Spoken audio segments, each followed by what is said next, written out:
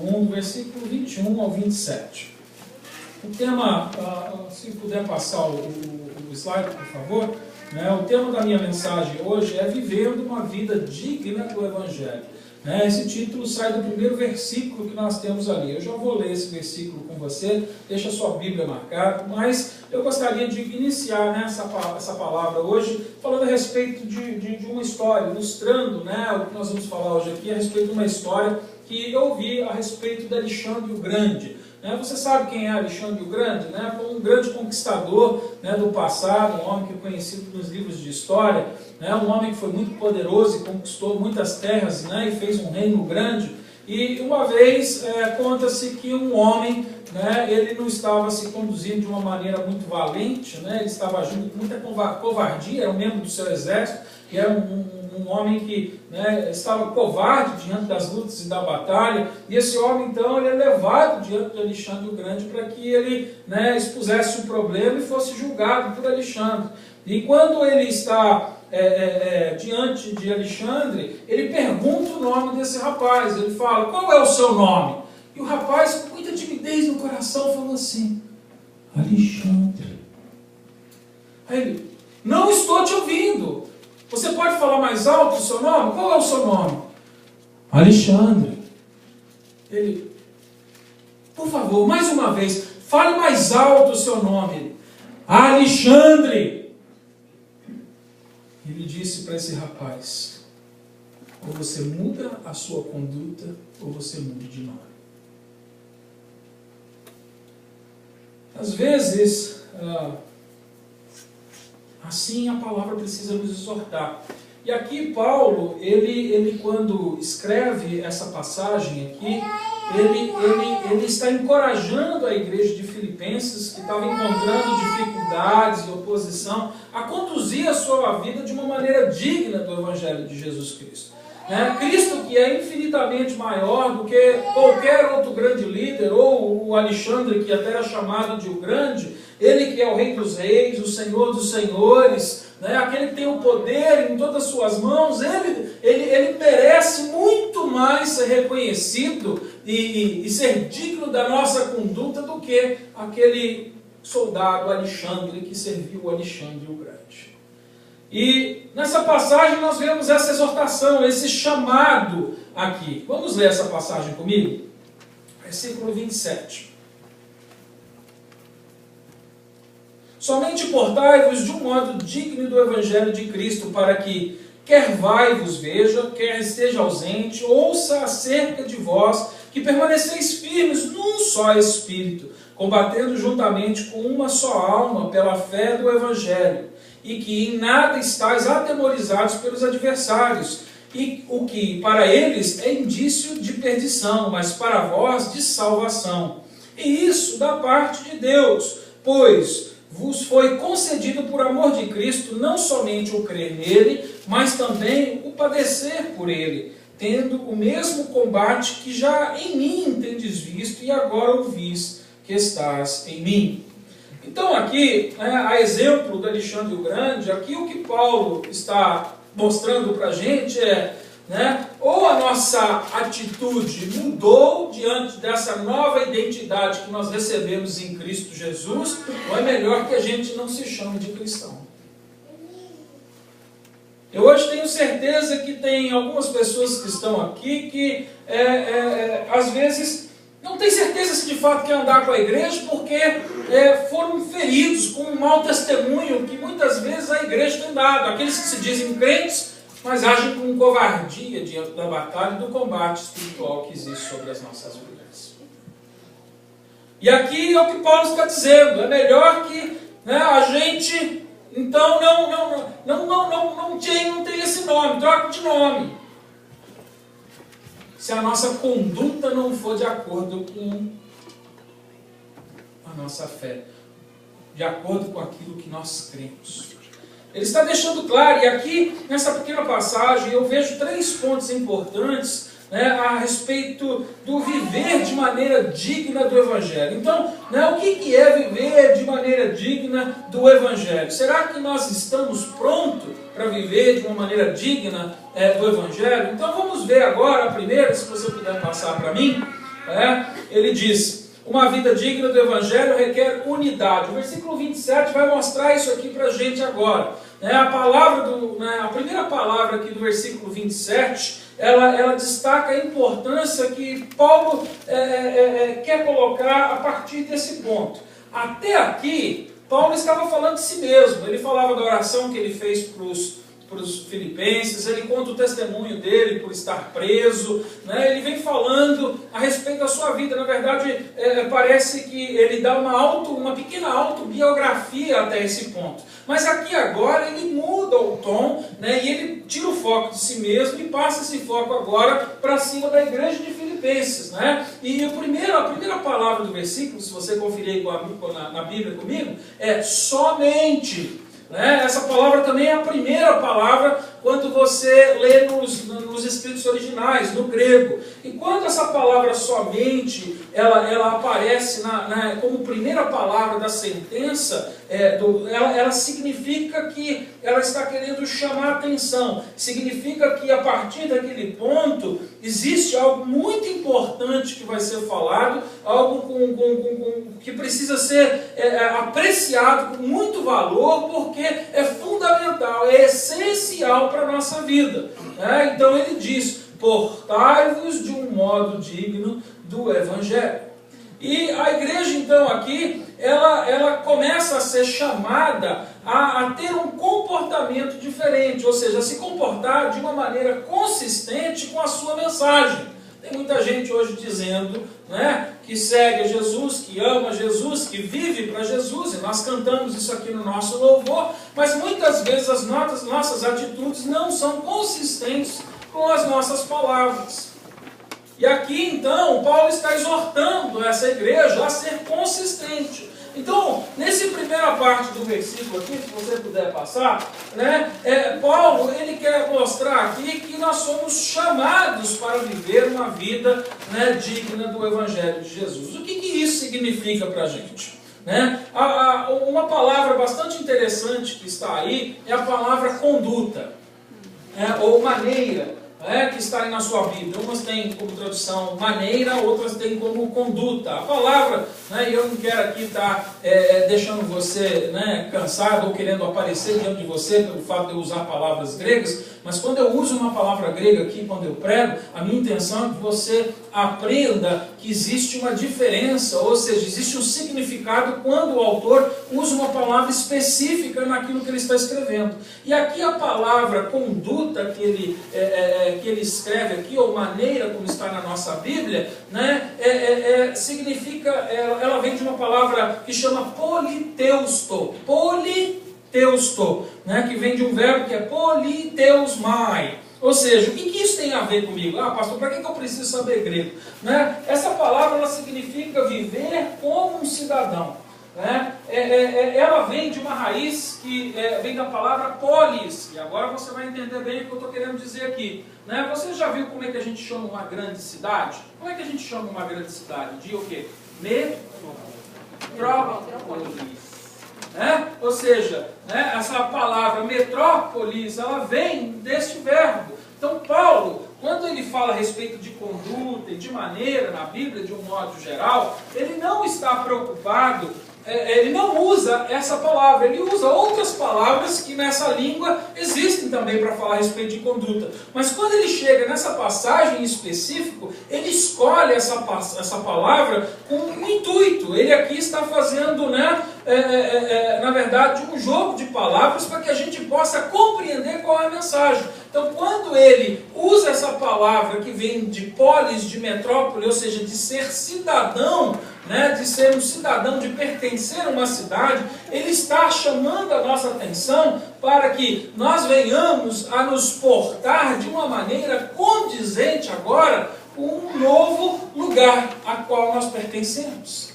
Nós agora não pertencemos, a palavra de Deus diz isso para a gente, a este mundo, mas nós pertencemos, quando conhecemos Jesus Cristo, a um reino celestial. Então, quando Paulo fala dessa conduta aqui agora, ele quer chamar a atenção da igreja a viver como um cidadão do reino de Deus.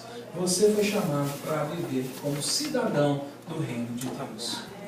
Então, se você faz parte agora do reino de Deus através de Jesus Cristo, é importante que, né, a nossa atitude diante dessa nova cidadania que nós estamos, ela seja condizente com aquilo que aquele reino ensina, com aquilo que aquele reino prega, com aquilo que aquele reino rege. E muitas vezes, não é assim que nós temos vivido.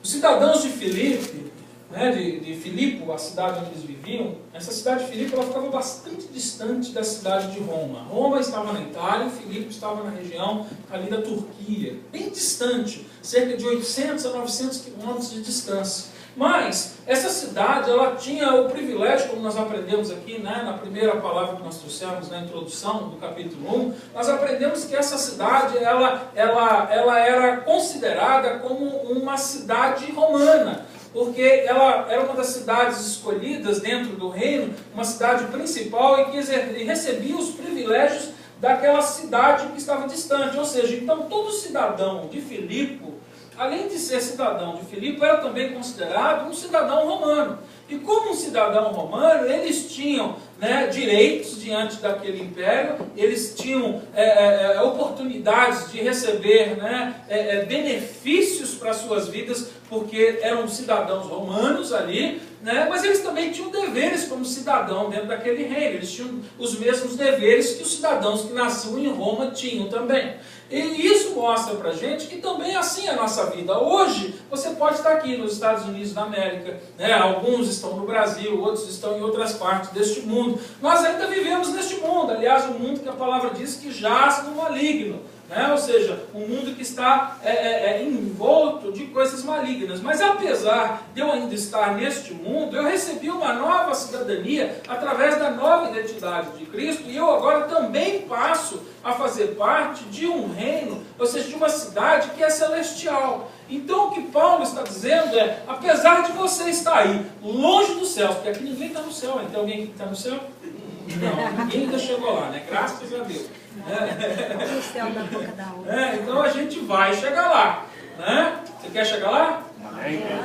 Tá bom, tá esperto aí, né? Não, mas se nós, né, estamos aqui, mas não estamos lá, mas por causa de Cristo, que esteve aqui e já está sentado à direita de Deus Pai, né, nós recebemos nele o quê? A cidadania do reino de Deus. Então a minha atitude precisa condizer com agora a minha característica dentro desse novo lugar, conforme a minha nova identidade em cima dessa nova cidade a qual eu pertenço. Ou seja, a nossa morada hoje ela é celestial, né? E é por isso que muitas vezes a palavra diz, não andeis ansiosos por coisa alguma. Ou seja, às vezes a gente anda ansioso, eu vou perder minha casa, né?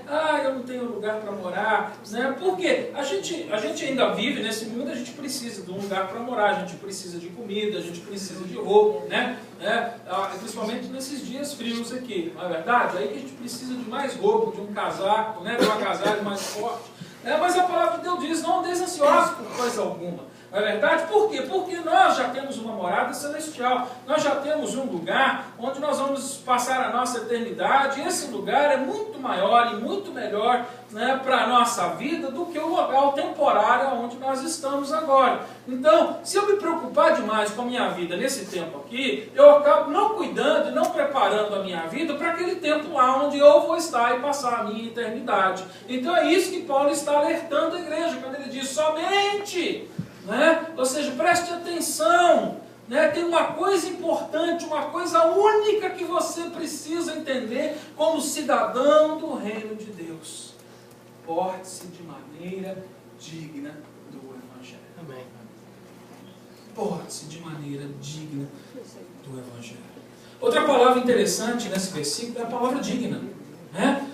Essa palavra em inglês, né, se você tem a Bíblia em inglês, ela é traduzida como worthy. Né? Worth significa tendo valor, né? Ou seja, dignidade fala daquilo que tem valor, daquilo que tem valor, né? A palavra grega aqui usada é axos, que significa medindo algo com uma escala. né? Ou seja, nós temos uma medida, existe uma escala, né, que mede a nossa vida, existe uma escala, e a escala que mede hoje a nossa vida como cidadão do reino de Deus é o quê? O Evangelho de Jesus Cristo. Ou seja, então a nossa vida precisa andar conforme essa medida, a nossa vida precisa condizer com aquilo que está escrito na palavra de Deus, no Evangelho. Você tem a sua Bíblia aí? Levanta ela, levanta ela. Isso. Essa é a palavra de Deus. Essa é a medida. Essa é a medida que nós temos para que a nossa vida seja de conforme a vontade de Deus. Aí está a revelação de Deus. Você está precisando de profecia? Abre a Bíblia. Está cheio. Você está precisando de orientação do Espírito Santo? Abre a Bíblia. Está cheio. E se você ler, ele vai te conduzir. Ele diz que ele como nos conduzirá a toda a verdade. Se eu hoje estava precisando de um sinal, lembrei do meu pastor, ele fazia assim, está aqui o sinal. Isso aqui é um sinal? Sim, ó. Abre a Bíblia e o Senhor vai falar com você.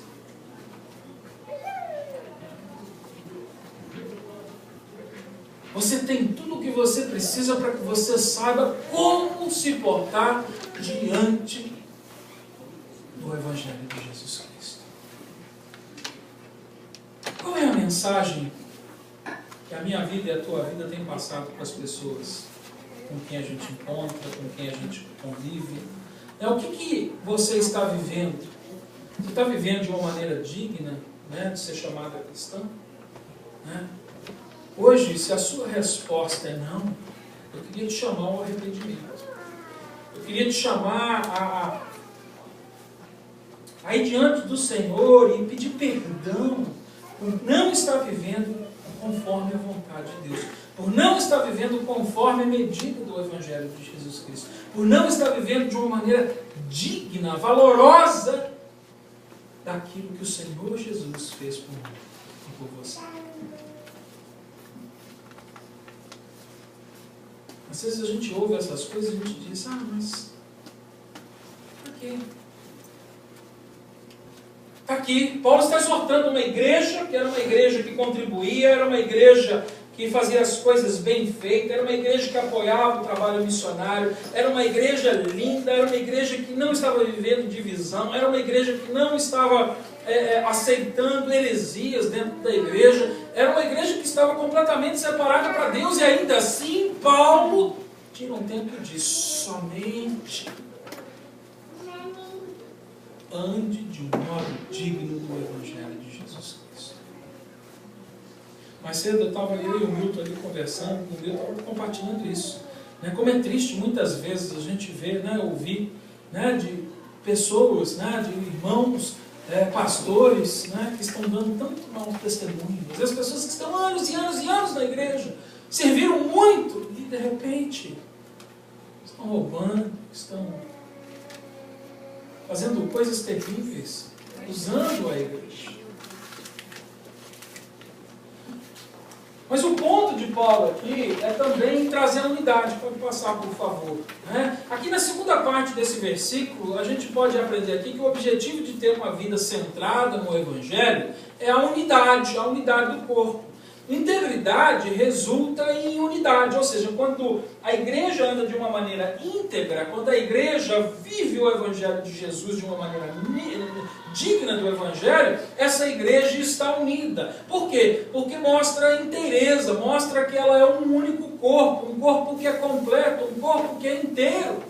Integridade fala de inteiro. Quando ele está inteiro, ele está o quê? Unido. É o resultado natural da integridade. Quando você começa a viver de uma maneira íntegra diante da tua família vai andar unida. Quando você começar a andar de uma maneira íntegra no teu trabalho, na escola, quando você andar de uma maneira íntegra, você vai trazer unidade. Você vai trazer comunhão. Você vai trazer poder de Deus no meio do lugar onde você está. Integridade. Em Efésios capítulo 4, versículo 1 ao 6, Paulo ele escreve aqui de uma forma bem clara como e por que a igreja de Cristo precisa viver em integridade. Eu queria que você fosse lá comigo, Efésios 4, de 1 a 6. Ele mostra aqui com muita clareza, né, o que é viver em unidade. Ele diz assim, versículo 1 ao 6. Rogo-vos, pois eu, o prisioneiro do Senhor, que andeis como é digno da vocação que fostes chamados. Olha aí, como é que anda digno? Com toda a humildade e mansidão, com longanimidade, suportando-vos uns aos outros em amor, procurando diligentemente guardar a unidade do Espírito no vínculo da paz. Há um só corpo e um só Espírito, como também fostes chamados em uma só esperança para a vocação, um só Senhor, uma só fé, um só batismo, um só Deus e Pai de todos, o qual é sobre todos e por todos e em todos. Amém. Que coisa linda! Você vê que integridade não traz divisão, integridade traz interesse. O Evangelho ele chama para que a nossa vida familiar, ou seja, que família agora? Essa família de Deus, você foi chamado por uma família de Deus. Né? E Deus, ele só tem uma família, ele não tem duas famílias. Hoje você pode estar numa igreja batista, mas nós temos igrejas presbiterianas, igrejas pentecostais, nós temos igrejas de vários lugares. Mas Deus tem uma só igreja, que é a igreja de Jesus Cristo. Uma única família em Cristo Jesus. E você foi privilegiado, porque você foi convidado a fazer parte dessa família. Independente do local onde você congrega. Você entende que essa família é única e nós devemos lutar por essa unidade com todas as nossas forças. Né? Pode passar o próximo slide. Né? Aqui agora Paulo ele vai mostrar para a gente que as circunstâncias ela não devem quebrar a unidade espiritual. Né? Hoje a gente vive na América do Norte, né? E as coisas aqui são um pouco diferentes do nosso país. Né? Eu me lembro quando eu era mais jovem, acredito que muitos de vocês, né, que viviam em outros países, Portugal, Espanha, no passado, né, as coisas eram diferentes. Aqui nesse país, quando os pais saem para trabalhar ou não vão estar em casa, né, por lei, eles precisam deixar uma babysitter, né, uma babá cuidando dos filhos. Algo que eu acho muito bom e sábio. Mas nos nossos países, isso não era uma lei, isso não era uma regra, não era uma coisa necessária. Os pais faziam se eles queriam fazer. Né? E eu me lembro, né, que meus pais trabalhavam, minha mãe trabalhava fora, meu pai trabalhava fora, né, as dificuldades da vida, muitas vezes, nós crianças, nós ficávamos sozinhos em casa, não é verdade? Alguém aqui já ficou sozinho em casa? Né? E os pais vão trabalhar? Muita gente aqui, né, lembra desse tempo. Né? Tem gente que não levanta a mão porque não quer falar a idade. Né? Isso, né? Mas no nosso tempo, né, nós tínhamos... Você se lembra o que acontecia, né, quando o pai da gente ia embora? Né, o pai e a mãe saíam pela porta, né? Eu não sei se você lembra, eu tenho duas irmãs, né? E quando meu pai e minha mãe saíam, fechavam a porta, a gente olhava um para o outro assim, yeah! Aí tudo aquilo que a gente não podia fazer quando os pais estavam em casa, a gente decidia fazer. Né? Aí a gente comia o que a gente tinha vontade, a gente aprontava, a gente brincava, se arrumava, tirava, mexia onde não podia mexer. Aí quando estava chegando a hora perto dos pais chegar, a gente se arrumava tudo, deixava tudo do jeitinho que estava antes. Aí quando eles entravam assim, estavam lá os três assim, ficava carinha de Você já fez isso? Eu acho que você já fez isso. Você pode saber que... Pois, Paulo, conhecendo a natureza humana, ele agora vai advertir os filipenses para esse mesmo tipo de atitude. Olha o que ele diz ainda aí no versículo 27. Para que, quer vá e vos veja, quer esteja ausente, ele sabia, ele sabe como o homem é, ou se eu tiver, ou se eu não estiver, ouça acerca de vós que permaneceis firmes num só Espírito. Né? Interessante isso aqui. Né? Paulo ele sabia que, né, aliás, é o comum. Né? Paulo era um plantador de igrejas, e isso acontece muito com homens, né, que são separados para ser plantadores de igreja.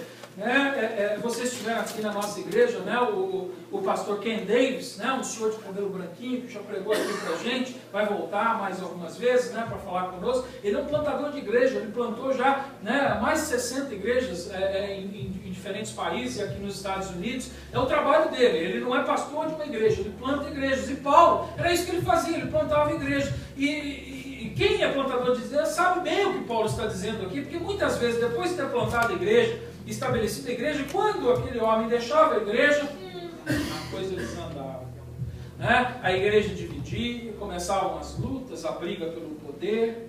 Né? Muitas vezes as pessoas começavam a trazer ensinos errados, heréticos, e muitas heresias começavam a surgir dentro da igreja. Então Paulo, sabendo que isso é uma possibilidade, ele chama a atenção dessa igreja. Olha, quer vá ou quer eu esteja, permaneçam firmes. Aliás, essa palavra permanecer firme, né, era uma tradução de uma palavra que se chama esteco. Né? Esteco é estar numa posição, né, com bastante firmeza, uma posição onde fica difícil de eu ser movido. E não só isso, é uma posição onde eu me uno a outras pessoas. Era um termo militar que era usado naquele tempo pelo exército romano, onde, né, o exército, eles se colocavam com os escudos e lado a lado ali eles se fechavam e mais um grupo atrás fechava, ou seja, estava todo mundo ali bem protegido. Né? Paulo, vem aqui, me ajuda aqui. André, vem aqui, me ajuda aqui. Né? Vem cá, Samuel. Né? Isso, vem cá. Né? Isso. Né? Ok. Não, vocês dois fiquem aqui do meu lado, por favor. Né? Isso, né? Me puxa. Né? Se ele me puxar com vontade, ele me tira daqui. Agora vocês me ajudem, me segurem, hein? Força. Isso, não me puxa. É isso, né? Obrigado. Deus abençoe. Né? Fica mais difícil de mover, e é isso que Paulo está falando. A unidade do corpo ela é importante, por quê? Né? Porque vai chegar um momento em que nós vamos precisar estar diante de lutas e de batalhas, e se nós não estivermos, como a palavra grega diz, steco, né? Ou seja, firmados, né? Se nós não estivermos ali firmes diante dessas lutas, a gente vai ser movido pelas circunstâncias, a gente vai ser levado pelas dificuldades, a igreja vai ser levada pela falta de espiritualidade. É o alerta que ele está dizendo aqui. Quando a igreja está unida e bem posicionada pela doutrina bíblica, ninguém pode mover a igreja. Quando a igreja está bem posicionada na presença de Deus, do Espírito Santo de Deus, ninguém pode mover. Quando a tua família está posicionada sobre a rocha, Jesus, pode vir as dificuldades, a falta de dinheiro, os problemas, não vai destruir a tua família. Quando a tua fé estiver depositada em Cristo Jesus, pode vir os maus testemunhos, as pessoas que nos escarnecem, a sua fé vai permanecer firme diante do Senhor. A sua vida vai permanecer firme diante de Deus. É isso que ele está dizendo. Fique firme. Né? E por quê? Porque nós temos que lutar juntos. Pode passar a próxima passagem. A última parte desse versículo ele diz: combatendo juntamente com uma só alma pela fé do Evangelho. Né? Essa é uma outra frase lindíssima que nós temos na Bíblia, que é combatendo juntamente. Na verdade, isso aqui é uma única palavra no grego, né? Que é sunatleo, atleo. Aliás, né, é dessa palavra que vem a palavra atleta, né? Atleo, de atleta. Né? Você sabe que é um atleta, não é isso? Né? Nós, como, né, um time de futebol, quando um time de futebol, né, ele treina junto, ele pratica junto e ele busca a unidade, né, esse time ele tem grandes chances de sair vitorioso. Nós tivemos, né, na última Copa do Mundo um grande exemplo. Na verdade, nós tínhamos muitos times na Copa do Mundo que tinham grandes estrelas e grandes atletas, mas o grupo não tinha unidade. Então, aquele indivíduo forte não teve poder contra o outro time, que às vezes não tinham tantas estrelas fortes, mas tinha um conjunto bem unido e bem treinado. 7 anos. A gente não quer nem lembrar disso, né?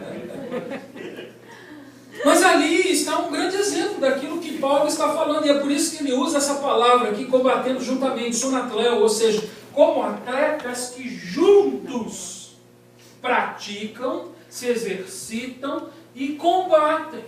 É isso que essa palavra ensina para a gente aqui. E é assim que a igreja precisa viver. Como um time unido, um time que cresce, um time que se prepara, um time que combate junto. Quando assim a gente agir, as portas do inferno não vão prevalecer. Amém. A palavra diz isso, que contra a igreja de Jesus Cristo, as portas do inferno não prevalecerão. Porque em Cristo há união, em Cristo há unidade, aliás, melhor do que união. Né? União faz açúcar, não é verdade? Né? Cristo cria unidade. Não é verdade? É isso, né? Para que o exército ele prevaleça, ele precisa de se exercitar, né? Ele precisa de estar na presença. Assim a igreja precisa ser. A igreja precisa o quê? Orar junto. Tá aí, olha, lembrando agora, né, eu fiquei feliz demais, né? Eu falei que tinha gente já separada, que Deus já tinha levantado uns homens para começar um trabalho de homem, né? Nesse sábado, 8 horas da noite, né, vai ter a primeira reunião de homens aqui, né? O Milton e o Marquinho vão estar cuidando dessa reunião de homens, né? Ele veio me falar ali, né, pastor, não, vamos fazer a reunião de homens aí, vamos fazer no sábado à noite, 8 horas da noite, você homem, né, tira um tempo para vir orar, né, aqui com os homens da igreja, né? Eu falei assim, esse sábado eu não posso vir, que é aniversário das minhas crianças, né? Então eu já tinha planejado fazer alguma coisa com elas, mas eu estou nessa, querido. Eu vou estar lá, mas minha oração vai estar aqui, porque nós precisamos. As mulheres estão aqui se reunindo, o quê? Né? Na sexta-feira, às 8 horas da noite, também orando, né, por esta igreja. A igreja precisa orar junto, nós precisamos estar junto, o corpo de Cristo precisa se manifestar. O culto de quarta-feira está crescendo, fiquei feliz com isso, né? Foi bom, acho que a mudança que nós fizemos no formato, né, incentivou, o pessoal está vindo, está aprendendo, participando, o culto está crescendo, né? Na primeira reunião do ano nós tínhamos 2 pessoas, né? Eu, a Glícia e a Edla, né? Eu falei assim, oh meu Deus do céu, né? Eu orei, eu falei, glória a Deus, Senhor, que o Senhor enviou elas, mas eu quero mais. Essa igreja precisa andar junta, né? Aí eu estou fazendo agora um círculo, né? Porque a gente está fazendo um formato diferente do domingo. Quando eu formei o círculo, coloquei poucas cadeiras e encheu de gente. Aí a gente começou a abrir o círculo, punha mais cadeira, né? Faltou fé, né? Mas o Senhor, Ele trouxe expectativa, porque é isso. A igreja de Cristo precisa jejuar junto, né? A Glícia nos convocou aqui a um jejum, né? Toda sexta-feira, durante 7 semanas, não é isso? 7 semanas, quando é que termina? 2? 20 de fevereiro, 3 semanas ainda, né? Faltam 3 ou 4? 4 semanas, né? Esse é um jejum que a igreja devia estar fazendo junto, né? Cada um sabe o que pode fazer, você faz como você pode fazer. Se você não sabe como fazer, pode nos procurar e a gente pode te orientar como fazer um jejum. Mas a igreja precisa jejuar junta. A igreja precisa permanecer na doutrina bíblica. A igreja precisa ter comunhão. Acho que esse não é um problema, né? Que essa igreja aqui tem bastante comunhão. Não é verdade? O povo gosta de uma festa aqui nesse lugar, né? A gente tem feijoada, a gente tem jantar, isso não tem sido problema para a gente. Mas esse é só um aspecto do Evangelho de Jesus. Se você for lá em Atos capítulo 2, versículo 42 a 47, é o que a palavra diz, que aquela igreja estava crescendo e estava caindo na graça da comunidade que estava ao seu redor, porque elas estavam perseverando na oração, estavam perseverando na doutrina bíblica, estavam perseverando no jejum, estavam perseverando, né, na comunhão da igreja. Então, como isso acontecia dentro da igreja, o Senhor ia acrescentando a igreja. Se nós agirmos assim, essa igreja vai ver muita gente vir para Jesus. Amém. Se a nossa igreja estiver unida, se a nossa igreja estiver caminhando junto, nós vamos ver muita gente vir para Jesus.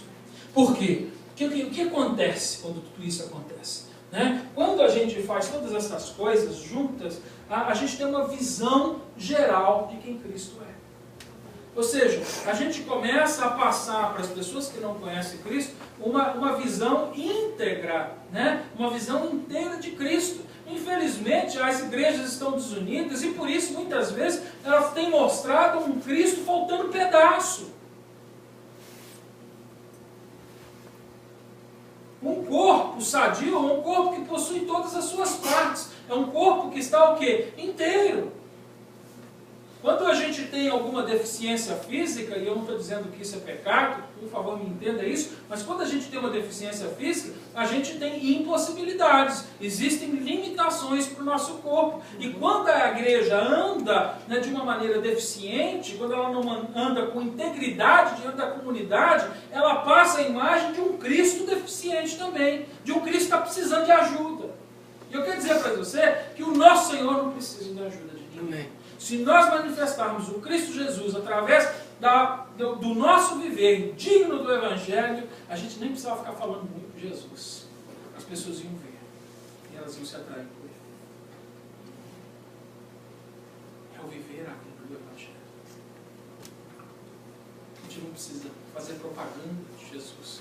A nossa vida é a propaganda de Jesus. A nossa conduta é a propaganda de Jesus. Eu não preciso anunciar a igreja na televisão, no jornal, porque Jesus é conhecido através da vida e da unidade que está acontecendo neste lugar. A nossa vida, a nossa oração. Porque quem traz não é a propaganda, quem traz não é o jornal, quem traz não é o seu convite. A palavra diz que quem acrescenta a igreja é o próprio Senhor Jesus. Amém. A gente não precisa criar artifícios para que a igreja cresça. A gente precisa viver o Evangelho e o Senhor vai fazer a igreja crescer. Amém. Tem igreja aí que vocês estão olhando e vocês veem, nossa, pastor, mas aquela igreja começou, né, há pouco tempo atrás já tem 3.000 membros. Né? Vamos fazer o que eles estão fazendo, pastor. Lá, eles põem propaganda, eles saem, eles fazem isso, eles anunciam ali. Não esquenta com isso não, filho. Tem muita igreja grande que é de Cristo. Mas tem muita igreja grande que não é de Cristo. É quando ele diz, estou à porta e bato. Ele não abre a porta, ele não pode entrar. A igreja daquele tempo mais rica, mais gloriosa, deixou Jesus do lado de fora. Está lá em Apocalipse, capítulo 3. A igreja mais, né, vibrante, mais atual, deixou Jesus do lado de fora. A outra, ele diz lá que era pequenininho, tinha pouca força, não tinha muita gente. Aquela sim estava separada. Não que uma igreja precisa ser pequena, não é isso. Não porque uma igreja grande não é uma igreja de Deus, não é o tamanho da igreja que determina quem nós somos, mas sim a conduta, né, que é resultado daquilo que Jesus fez na nossa vida. Isso determina quem nós somos em Cristo Jesus. Ou seja, Ele presente na nossa vida é quem determina quem nós somos no reino de Deus. E às vezes Ele tem uma igreja pequena. E às vezes ele tem uma igreja grande. Isso depende dele.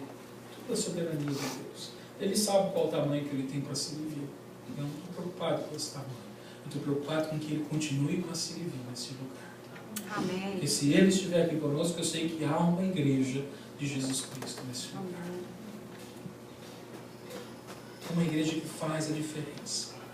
O segundo ponto, pode passar, por favor, que eu vejo aqui, agora a partir do versículo 28, aqui, viver uma vida digna do Evangelho, né, quem vive uma vida digna do Evangelho vai encontrar oposição. Né? Então nós vimos na primeira parte o que resulta em unidade, a segunda parte, então, é que agora nós vamos encontrar oposição. Né? Que haverá oposição na nossa fé, querido, isso não resta dúvidas. O homem sem Cristo, ele é amante de si mesmo. A palavra diz que ele é inimigo de Deus, ele é propenso às coisas e às vontades da carne. É tudo que é contrário a Cristo. A palavra deixa isso bem claro. Se essa é a condição humana, né, é bastante óbvio que o que é que vai acontecer? Né, que esse povo vai oferecer oposição para quem crê em Cristo Jesus. Então é certo, né, essas pessoas, além de viver dessa maneira, elas estão sendo influenciadas por Satanás. E alguém que é influenciado por Satanás, que é o eterno opositor de Deus, vai criar oposição para mim e para você. Se você anda com Cristo, você vai enfrentar a oposição. Esteja certo disso. Né? Mas aqui a palavra diz que nós não precisamos temer. Pode passar, querido. Né? Não precisamos temer. Versículo 28. Em que em nada estáis atemorizados pelos adversários. Na primeira parte desse versículo, aqui agora Paulo está encorajando a igreja, a não ter medo diante da oposição. Paulo ele não ignora o fato de que há oposição e de que há poder na oposição. Em Efésios capítulo 6, ele mesmo escreveu ali falando a respeito disso. Ele diz, permaneceis firmes. Ele fala a respeito ali da armadura de Deus, que é algo que nos ajuda o quê? A ficar firme diante dessa oposição. E lá ele chama essa oposição de potestade, de poderes, ou seja, ele mostra que existe poder na mão dessa oposição. Não é qualquer inimigo, não, fraquinho ali que não dá conta. É um inimigo forte, é um inimigo que tem poder. Ele não perde a visão a respeito disso. Mas ele diz para que a gente não tenha medo desse adversário. A gente pode ficar firme diante dele. E não foi só ele que falou isso. João também anunciou isso para a gente. Eu queria que você abrisse lá na primeira carta de João, antes do Apocalipse, no fim da Bíblia, capítulo 3, do versículo 13 ao versículo 16. Ele diz: Meus irmãos, não vos admireis se o mundo vos odeia. Nós sabemos que já passamos da morte para a vida, porque amamos os irmãos. Quem não ama permanece na morte. Todo que odeia a seu irmão é homicida. E vós sabeis que nenhum homicida tem a vida eterna permanecendo nele. Nisto conhecemos o amor que Cristo deu a sua vida por nós, e nós devemos dar a vida pelos irmãos. Então aqui ele está dizendo bem claro que o mundo nos odeia. Querido, você, se crê em Jesus Cristo, vai ser odiado pelo mundo. Recentemente eu estava lendo uma reportagem a respeito de um pastor aqui nos Estados Unidos, que é um pastor muito grande, um pastor que influenciou muito, porque ele, quando assumiu essa igreja, ele trabalhou com muito zelo, e através da vida dele essa igreja cresceu muito, e na verdade essa igreja até se tornou referência para muitas igrejas. Mas recentemente ele teve um problema na sua vida, ele caiu e não foi nada assim, de muito grave, mas a igreja achou que era melhor que ele se afastasse do pastorado até ele resolver aquele problema da vida dele. Como ele era um pastor de destaque na mídia e na comunidade dele, numa cidade muito grande, um repórter foi fazer uma reportagem a respeito do assunto, e ele então saiu pelas ruas daquela grande cidade onde está essa igreja, e ele começou a perguntar para as pessoas que não são crentes, o que eles pensavam a respeito daquele pastor. Então as pessoas, quando eram entrevistadas, elas falavam assim: não, aqui ninguém gosta desse pastor. E as pessoas que eu conheço também, quando eles falavam dessas pessoas, eram pessoas que também não eram crentes, ele falava: essas pessoas aqui, muita gente que eu conheço também, não gosta dele aqui, eles usam a expressão, they look down on him, era o que estava escrito na reportagem. Mas quando eu li essa reportagem, e sabendo do problema que ele viveu, eu imediatamente lembrei dessa passagem de João capítulo 3, 1 João capítulo 3, versículo 13. O mundo vos odeia. É lógico que um homem que faz a diferença no reino de Deus vai ser odiado na sociedade. Vai ser odiado pelas pessoas. E ali ele estava tentando encontrar mais, para colocar mais embaixo aquele homem, porque provavelmente quem escreveu aquela reportagem também não crê em Jesus Cristo.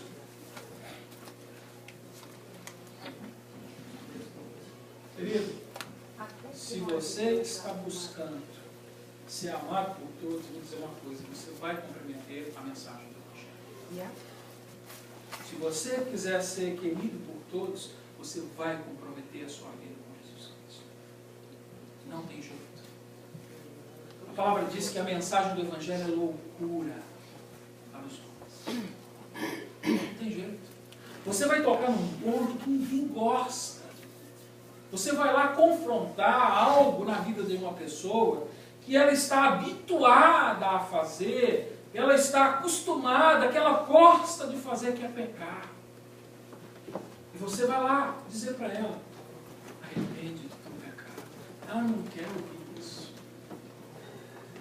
Você vai ser odiado se você permanecer no Evangelho de Jesus Cristo.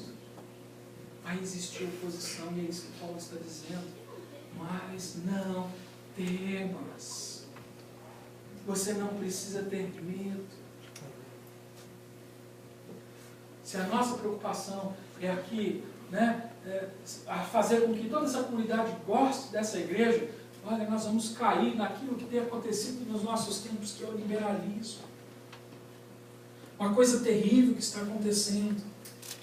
Tem um pastor muito famoso no Brasil hoje, que ele não era famoso no passado, recentemente ele tem se tornado muito conhecido, porque é um homem muito eloquente, fala muito bem, apresenta a mensagem dele muito bem, mas muito crente tem assistido, e às vezes eu ouço aqui as pessoas falando, pastor, nossa, que benção, estou ouvindo aquele pastor, uma benção, mas muita gente não tem às vezes o discernimento da palavra para reconhecer o que é que ele está ensinando, e esse mesmo pastor já em várias mensagens declarou que ele é universalista. O que é isso? Isso é um dos princípios que o liberalismo, desde o passado, vem tentando incluir. Todo mundo está salvo. Não tem inferno, ninguém vai para o inferno. Não. Você só precisa tomar posse. É ruim. Todos estão salvos. Essa é a mensagem que ele está passando. Está cheio de crente. Uau, que bênção. Recentemente estava ouvindo uma pregação dele, porque a gente precisa estar atento a essas coisas, principalmente quando as nossas ovelhas estão ouvindo. Eu procuro saber o que vocês estão ouvindo. Vocês me contam e tal, eu vou sempre ver, para ver o que vocês estão ouvindo. Porque eu tenho cuidado do meu rebanho. Recentemente esse homem estava falando no púlpito, pregando a mensagem, falando a respeito de família, de educação de filhos. E ele fala assim, mas o meu menino, adolescente, eu precisei instruir o meu filho a respeito de relacionamento sexual. Então eu instruí que ele deve usar a camisinha quando ele tem relacionamento sexual com a sua namorada, que também é adolescente. Esse homem que está pregando e sendo convidado para grande parte das igrejas, essa é a mensagem. Essa é a mensagem do liberalismo. Não, o que é o liberalismo? É a aceitação das coisas do mundo. Por quê? Porque a intenção é fazer de tudo para que todos gostem de nós. É normal. Essa é a posição do liberalismo. E nós temos que abrir os olhos, porque existe uma mensagem, que é uma mensagem verdadeira, uma mensagem que é do Evangelho de Jesus Cristo, porque Jesus anunciou que havia outros evangelhos que não eram dele. Quem anda na sã doutrina de Deus vai encontrar oposição. Esteja certo disso. Passa, por favor. A segunda parte desse versículo 28 mostra que o lugar de ambas as partes já está determinado. Ou seja, a oposição revela o futuro de cada parte. Quando você for oposto, eu queria que você se alegrasse em sofrer oposição, porque é nessa oposição que vai revelar de fato aonde você pertence, aonde o seu futuro está. É o que Paulo diz aqui. Ele diz assim, permaneceis firmes num só, mas é o 28, atemorizados pelos adversários, o que para eles é indício de perdição, mas para vós de salvação, e isso da parte de Deus. Ou seja, a oposição já tem um futuro definido. A palavra de Deus diz que eles têm o quê? Um lugar determinado. Eles têm um lugar que nós chamamos na palavra de Deus de inferno. E é isso que hoje os liberais querem fazer no meio das igrejas. Fazer você acreditar que não há inferno, que ninguém vai para o inferno. Não, está tudo bem, ninguém vai para o inferno. Onde ele está dizendo, e deixa bem claro que sim, que existe um lugar determinado. Mas graças a Deus, nós que aceitamos os ensinamentos de Deus, vivemos com Ele, também já temos um futuro determinado. Amém. Um futuro que foi guardado e nos dado pelas mãos do nosso Senhor Jesus Cristo. Aliás, o próprio Senhor Jesus fala a respeito desse lugar. E quando a gente diz que estes homens estão certos, na verdade nós estamos dizendo que Jesus é mentiroso. Sabe por quê? Porque Jesus, no Sermão da Montanha, em Mateus capítulo 7, ele inicia a respeito dos dois caminhos. Você quer ir lá comigo? Mateus capítulo 7, versículo 13 ao versículo 28. Olha só o que Jesus diz. Entrai pela porta estreita, porque larga é a porta e espaçoso o caminho que conduz à perdição. E muitos são os que entram por ela.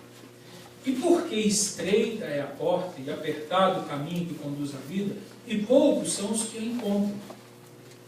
Olha o que ele continua dizendo: guardai-vos dos falsos profetas, que vêm a vós disfarçados de ovelhas, mas interiormente são lobos devoradores. Pelos seus frutos os conhecereis. Colhe-se porventura a uva dos espinheiros ou figo dos abrolhos? Assim toda árvore boa produz bons frutos, porém a árvore má produz frutos maus. Uma árvore boa não pode dar maus frutos, e nem uma árvore má dá bons frutos. Toda árvore que não produz bom fruto é cortada e lançada no fogo. Portanto, pelos seus frutos os conhecereis. Você vê que a palavra está dizendo para a gente fazer julgamento? Tem gente que fala assim: não julgueis. Né? Não, a palavra diz não julgueis. Quando a palavra está falando de não julgueis para não ser julgado, ela está falando de juízo. Quando a gente fala, né, determina alguma coisa sem conhecimento da palavra. Mas a palavra está dizendo que nós temos que ter discernimento e fazer julgamento, sim, conforme o fruto que a árvore dá. Porque tem falsos profetas vestidos de ovelha, mas que de fato são lobos diante de Deus. Versículo 21. Nem todo o que me diz Senhor, Senhor entrará no reino dos céus, mas aquele que faz a vontade do meu Pai, que está nos céus. Muitos me dirão naquele dia: Senhor, Senhor, não profetizamos nós em Teu nome? E em Teu nome não expulsamos demônios? E em Teu nome não fizemos muitos milagres? Tem igreja fazendo isso aqui? Então lhes direi claramente, nunca vos conheci. Apartai-vos de mim, vós que praticais iniquidade. Todo aquele, pois, que ouve estas minhas palavras e as põe em prática, será comparado a um homem prudente, que edificou a casa sobre a rocha. E desceu a chuva, correram as torrentes, sopraram os ventos e bateram com ímpeto contra aquela casa. Contudo não caiu, porque estava fundada sobre a rocha. Mas todo aquele que ouve as minhas palavras e não as põe em prática, será como um homem, será comparado a um homem insensato, que edificou a sua casa sobre a areia. E desceu a chuva, correram as torrentes, sopraram os ventos e bateram com ímpeto contra aquela casa. E ela caiu. E grande foi a sua queda. Ao concluir Jesus este discurso, as multidões se maravilharam da sua doutrina. Jesus tem uma doutrina. Jesus tem um evangelho. Jesus tem uma palavra, que não é essa que muitas vezes as igrejas têm pregado. Que muitas vezes a gente vê nas propagandas de televisões, nos anúncios, para atrair gente para dentro da igreja. Eu não sei qual é o intuito dessas pessoas, mas uma coisa eu sei: essas pessoas não estão trabalhando para isso. Uns querem poder, outros querem dinheiro. Mas esteja atento, porque Jesus tem uma doutrina. Jesus tem uma mensagem. Jesus tem um evangelho. E nós, como crentes, precisamos nos portar de maneira digna a esse evangelho. Senão nós já temos o futuro definido. E é com essa visão agora dessa passagem de Mateus capítulo 7 que nós lemos que eu entro no último ponto da minha mensagem, que é no versículo 29 e 30 dessa passagem. Pode passar, por favor. É isso. Uma vida digna do evangelho encontrará sofrimento. Eu não sei se você já teve a oportunidade de andar em caminho apertado, como ele diz. Ele disse que o caminho, que leva a vida é um caminho difícil, um caminho apertado. Eu fui alpinista, eu escalei montanhas, eu fiz muitas coisas quando eu era mais jovem. Hoje eu tenho dificuldade até para subir na minha cama. Mas no passado eu subi a montanha. A barriga hoje está dificultando as coisas. Mas no passado eu subia montanhas e caminhava, fazia caminhadas pelas montanhas, por vales. E às vezes a gente chegava em lugares que de fato era difícil, porque o caminho era estreito. Aliás, em alguns lugares o caminho era tão estreito que a gente só podia passar um de cada vez. E muitas vezes um pé na frente e o outro atrás. Não dava nem para andar de passada larga. E é isso que Jesus está falando. Olha, é o que Paulo está anunciando agora nesses últimos 2 versículos. Vocês vão sofrer por causa do evangelho. Por quê? Porque Jesus anunciou: o caminho é difícil, é apertado. Nem sempre dá para andar de bando nesse caminho. É bom a gente andar com a igreja, andar com amigos, com irmãos. É bom andar de bando, Ainda mais quando a gente está passando por alguns lugares difíceis, pelos vales, dificuldade, pelos vales. É melhor que a gente tenha mais gente nos ajudando. Mas tem sempre gente ajudando e a gente vai ver isso. Mas tem lugar que, apesar da igreja estar unida, você precisa ir sozinho. Um passo de cada vez, com cuidado, para que você não caia, para que você não se desvie desse caminho. Tem aí alguns desses PowerPoints, né, que circulou por muito tempo nas internets, né, os e-mails.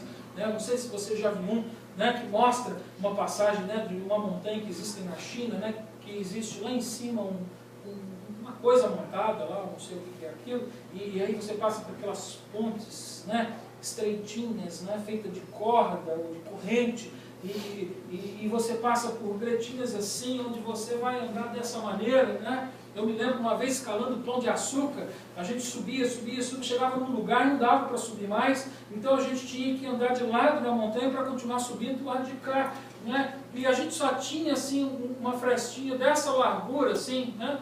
Tamanho de um dedo, assim, e ali a gente ia assim, né? Quase que beijando aquela pedra, assim, né?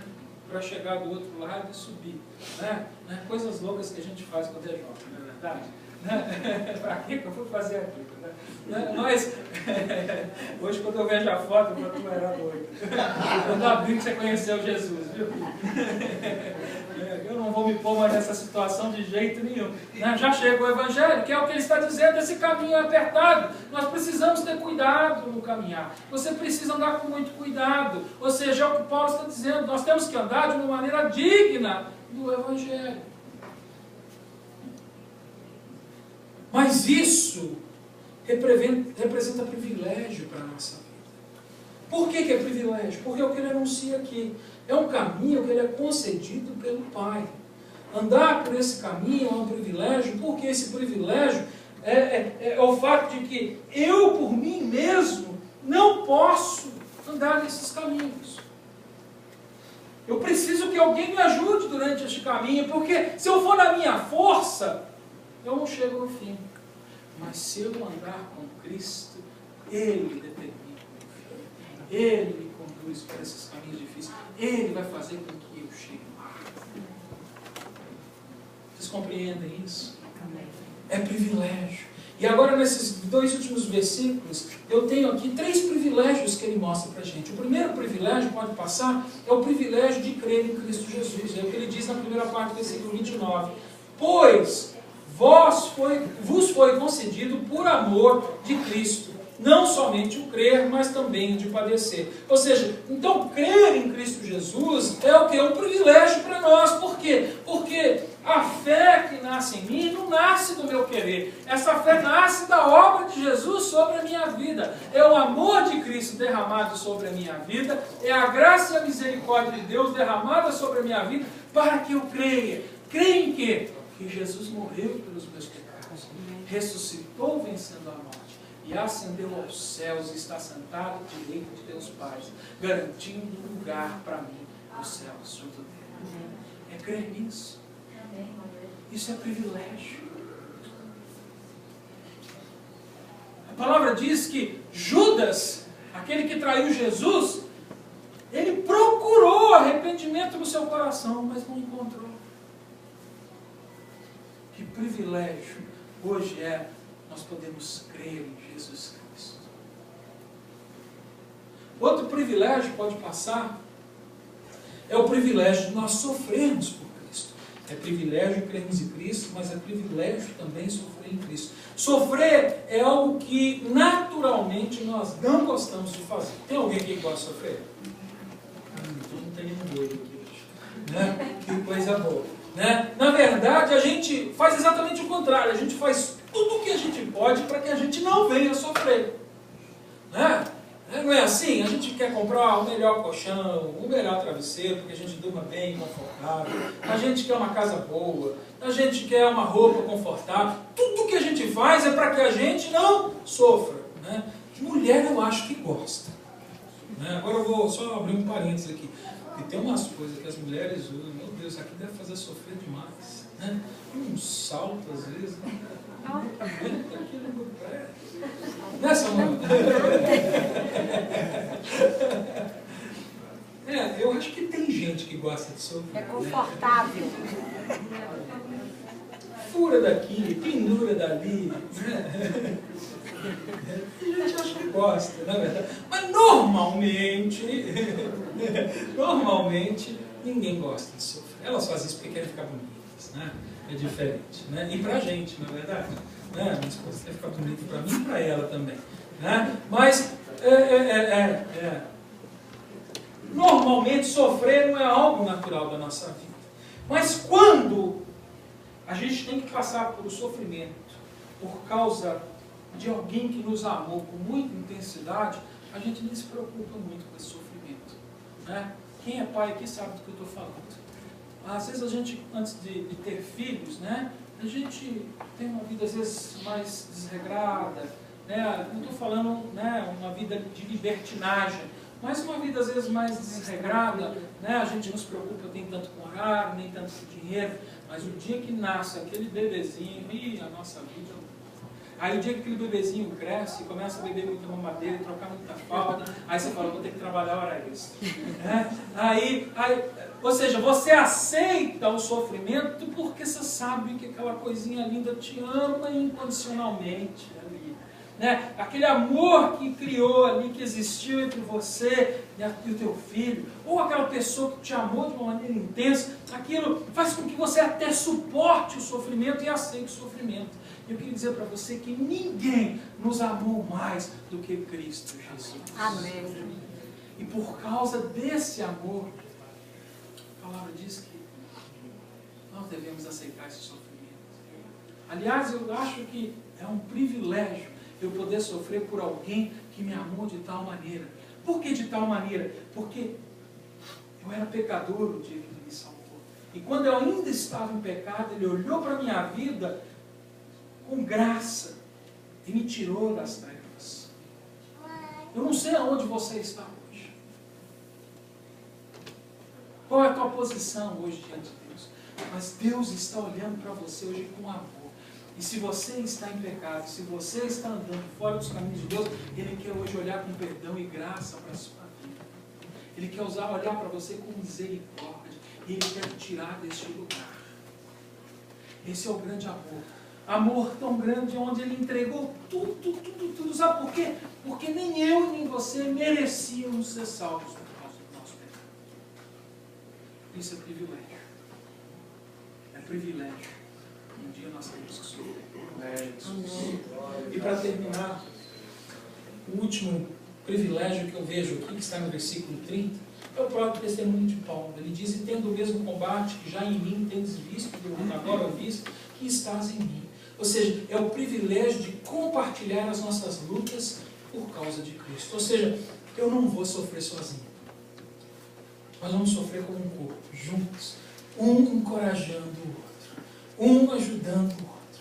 E o seu sofrimento vai ser testemunho para mim, como o sofrimento que Paulo estava vivendo naquele momento era testemunho agora para a igreja de Filipenses. E o meu sofrimento vai encorajar você a permanecer firme, a andar unido, a confiar em Cristo Jesus. Quero dizer para você, como nós cantamos mais cedo, nós nunca vamos estar a sós.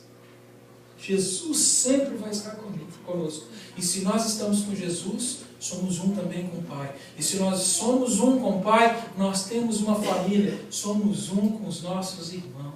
Amém. Essa é uma bênção. Esse é um privilégio maravilhoso. Confie nas promessas do Senhor Jesus. Eu queria convidar o grupo de louvor a vir aqui. Para concluir, eu queria que você levasse para casa 3 lições dessa mensagem. Nós somos chamados a viver a nossa vida de uma maneira cristã, de uma maneira digna do Evangelho. Uma maneira digna de uma vida de valor diante do Evangelho de Jesus Cristo. Pode passar. Uma vida digna do Evangelho requer unidade. O Evangelho ele nos traz para a família de Deus. Nós somos, pode passar, somos um, né? E vamos perseverar na unidade do corpo, anunciando a sã doutrina e buscando o interesse do outro acima do nosso. É isso que a palavra de Deus nos ensina. Que andar em unidade é sempre buscar o interesse do outro em primeiro lugar. Nós somos um com Cristo, uma única família. A segunda lição que nós aprendemos aqui é que uma vida digna do Evangelho vai encontrar oposição. Não tenha medo daquele que se levanta contra nós. Permaneça firme nas promessas do Senhor. Aliás, eu gostaria que vocês cantassem essa música, se vocês puderem cantar. Nosso futuro já está garantido nas mãos de Deus. Aquele que prometeu é fiel para cumprir. Terceiro, uma vida digna do Evangelho encontrará sofrimento. Não se esqueça do que Jesus fez por você. O seu amor, ele é conforto e consolo para nós. Compartilhe o seu sofrimento com a igreja, para que pelo testemunho todos sejamos edificados e encorajados, permanecendo firmes nas promessas do Senhor. Eu queria te convidar a levantar e cantar esse hino, firmes nas promessas do Senhor.